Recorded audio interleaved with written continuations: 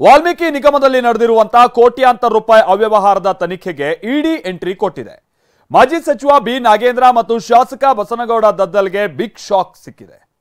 ಸದ್ಯ ಮಾಜಿ ಸಚಿವರ ಪಿಎಯ ಬಂಧನ ಆಗಿದ್ರೆ ಆಪ್ತನನ್ನು ವಿಚಾರಣೆ ನಡೆಸುವಂತ ಕಾರ್ಯ ನಡೀತಾ ಇದೆ. ಹೀಗಾಗಿ ಸದ್ಯ ಈಗ ನಾಗೇಂದ್ರಗೂ ಕೂಡ ಬಂಧನದ ಭೀತಿ ಎದುರಾಗಿದೆ.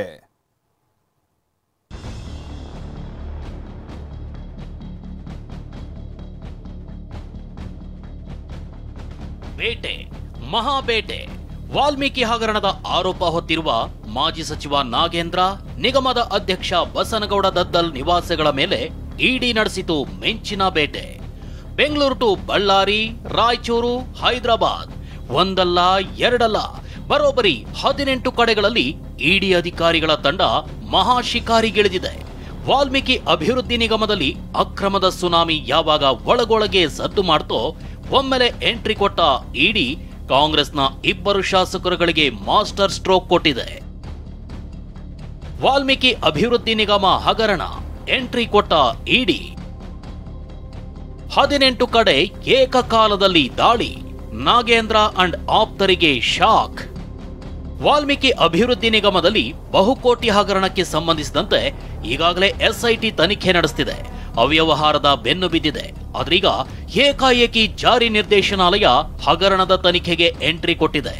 ಏಕಕಾಲಕ್ಕೆ 18 ಕಡೆ ದಾಳಿ ನಡೆಸಿದೆ. ಹಾಗಾದ್ರೆ ಇಡಿ ಎಲ್ಲೆಲ್ಲಿ ಆಪರೇಷನ್ಗಿಳಿದಿದೆ ಅಂತೀರಾ?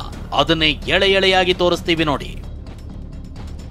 ಬೆಂಗಳೂರು, ಹೈದರಾಬಾದ್ ಸೇರಿದಂತೆ ಒಟ್ಟು 18 ಕಡೆ ಇಡಿ ರೇಡ್ ನಡೆದಿದೆ. ಬೆಂಗಳೂರಿನ ಡಾಲರ್ಸ್ ಕಾಲೋನಿಯಲ್ಲಿರುವ ಮಾಜಿ ಸಚಿವ ಬಿ ನಾಗೇಂದ್ರ ಫ್ಲಾಟ್ ಮೇಲೆ ಇಡಿ ದಾಳಿ ಮಾಡಿದೆ. ನ್ಯೂ ಬಿಎಲ್ ರಸ್ತೆಯಲ್ಲಿರುವ ನಾಗೇಂದ್ರರ 2 ಫ್ಲಾಟ್ಗಳ ಮೇಲೂ ರೇಡ್ ಆಗಿದೆ. ಬಳ್ಳಾರಿಯಲ್ಲಿರುವ ಮಾಜಿ ಸಚಿವ ನಾಗೇಂದ್ರ ನಿವಾಸ, ಯಲಹಂಕದಲ್ಲಿರುವ ಶಾಸಕ ಬಸನಗೌಡ ದದ್ದಲ್ ನಿವಾಸ, ರಾಯಚೂರಿನಲ್ಲಿರುವ ಶಾಸಕ ದದ್ದಲ್ ನಿವಾಸ, ಶಾಸಕರಾದ ನಾಗೇಂದ್ರ ಮತ್ತು ದದ್ದಲ್ ಅವರ ಕಚೇರಿಗಳ ಮೇಲೂ ಇಡಿ ದಾಳಿ ಮಾಡಿದೆ. ಇನ್ನು ವಸಂತನಗರದಲ್ಲಿರುವ ವಾಲ್ಮೀಕಿ ಅಭಿವೃದ್ಧಿ ನಿಗಮದ ಕಚೇರಿ, ವಾಲ್ಮೀಕಿ ನಿಗಮ ಹಗರಣದ ಹಿಂದಿನ ಎಂಡಿ ಪದ್ಮನಾಭರ ಕೊಡಿಗೆಹಳ್ಳಿಯ ನಿವಾಸದ ಮೇಲೆ ಮತ್ತು ನಾಗೇಂದ್ರರ 4 ಆಪ್ತರ ಮನೆಗಳು ಮತ್ತು ಯೂನಿಯನ್ ಬ್ಯಾಂಕ್ನ 3 ಸಿಬ್ಬಂದಿಗೆ ಸೇರಿದ ಸ್ಥಳಗಳ ಮೇಲೂ ಇಡಿ ಅಧಿಕಾರಿಗಳು ದಾಳಿ ಮಾಡಿದ್ದಾರೆ.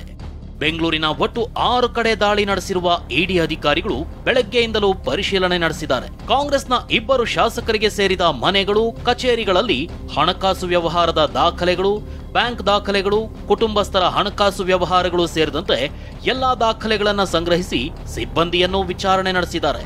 ಯಲಹಂಕದ ಶ್ರೀನಿವಾಸಪುರ ನಿವಾಸದಲ್ಲಿರುವ ಶಾಸಕ ದದ್ದಲ್ ಕುಟುಂಬಸ್ಥರನ್ನ ಕೂಡ ಇಡಿ ಅಧಿಕಾರಿಗಳು ವಿಚಾರಣೆ ನಡೆಸಿದ್ದಾರೆ. ಪ್ರಮುಖವಾಗಿ ನಾಗೇಂದ್ರಗೆ ಗ್ರಿಲ್ ಮಾಡ್ತಿರುವ ಇಡಿ ಅಧಿಕಾರಿಗಳು ಹಗರಣ ಸಂಬಂಧ ಪ್ರಶ್ನೆಗಳ ಸುರಿಮಳೆಗೈದಿದ್ದಾರೆ. ತನಿಖೆಯಲ್ಲಿ ನಾಗರಾಜ್ ನೆಕ್ಕಂಟಿ ಪಾತ್ರದ ಬಗ್ಗೆ ಗೊತ್ತಾಗಿತ್ತು. ನೀವು ಹೇಳದೆ ನಾಗರಾಜ್ ನೆಕ್ಕಂಟಿ ಇದನ್ನೆಲ್ಲ ಮಾಡಿದ್ರ? ಒಂದ್ ವೇಳೆ ನೀವು ಹೇಳದೆ ಇದ್ರೆ ಅವ್ರು ಹೇಗ್ ಮಾಡ್ತಾರೆ ಅಂತ ನಾಗೇಂದ್ರಗೆ ಪ್ರಶ್ನೆ ಕೇಳಿರೋ ಬಗ್ಗೆ ಮಾಹಿತಿ ಇದೆ.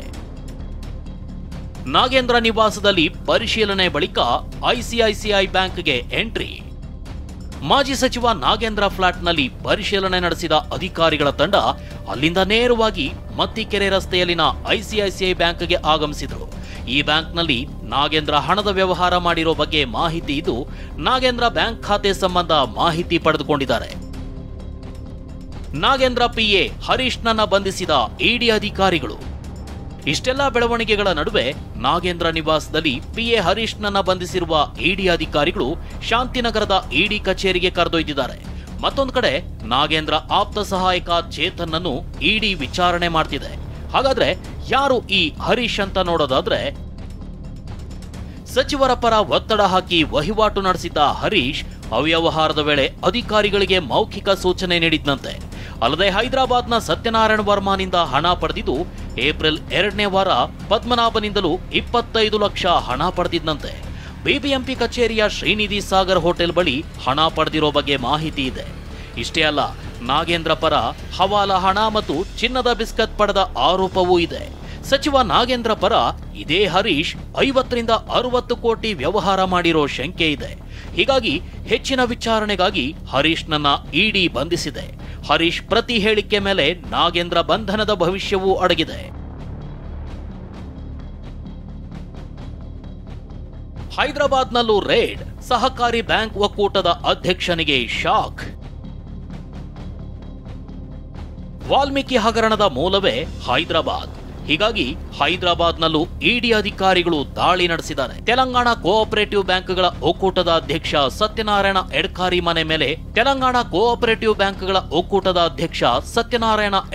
ಮನೆ ಮೇಲೆ ಮತ್ತು ಖಾಸಗಿ ಮಧ್ಯವರ್ತಿ ಸತ್ಯನಾರಾಯಣ ವರ್ಮಾ ಮನೆ ಮೇಲೂ ರೇಡ್ ಮಾಡಿದ್ದಾರೆ.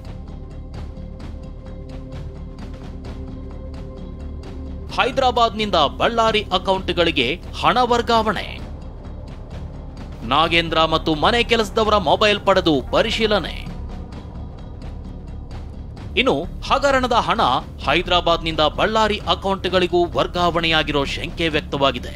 ಚಿನ್ನದಂಗಡಿ, ಮದ್ಯದಂಗಡಿ ಮತ್ತಿತರ ಕಡೆಗಳಲ್ಲಿ ಹಣ ಟ್ರಾನ್ಸ್ಫರ್ ಆದ ಶಂಕೆ ಇದ್ದು ಇಡಿ ಅಧಿಕಾರಿಗಳು ಪರಿಶೀಲನೆ ನಡೆಸಿದ್ದಾರೆ.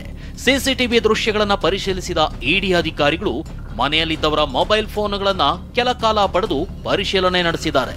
ನಾಗೇಂದ್ರ ರಾಜೀನಾಮೆಗೂ ಮುನ್ನ ಬಳ್ಳಾರಿಯಲ್ಲಾದಂತಹ ಬೆಳವಣಿಗೆಗಳ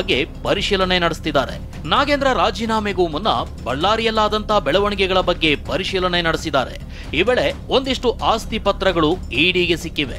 ಹೀಗಾಗಿ ವಿಚಾರಣೆ ಚುರುಕುಗೊಳಿಸಿದ್ದಾರೆ. ಅಷ್ಟೇ ಅಲ್ಲ, ಬೆಂಗಳೂರಿನ ವಸಂತನಗರದಲ್ಲಿರೋ ವಾಲ್ಮೀಕಿ ಅಭಿವೃದ್ಧಿ ನಿಗಮದ ಕಚೇರಿಯಲ್ಲಿ ಸಿಬ್ಬಂದಿಯಿಂದ ಒಟ್ಟು 19 ಮೊಬೈಲ್ಗಳನ್ನು ಸೀಸ್ ಮಾಡಿದ್ದಾರೆ. ಇದು ನಾಗೇಂದ್ರ ಕಥೆಯಾದ್ರೆ ಆತ ನಿಗಮದ ಅಧ್ಯಕ್ಷ ಬಸನಗೌಡ ದದ್ದಲ್ಗೂ ಇಡಿ ಬಿಸಿ ಮುಟ್ಟಿಸಿದೆ. ದದ್ದಲ್ನ ರಾಯಚೂರು ನಿವಾಸ ಸೇರಿದಂತೆ ಬೆಂಗಳೂರಿನ ಮನೆಗಳಲ್ಲೂ ಇಡಿ ಅಧಿಕಾರಿಗಳು ಫುಲ್ ತಲಾಶ್ ನಡೆಸಿದ್ದಾರೆ.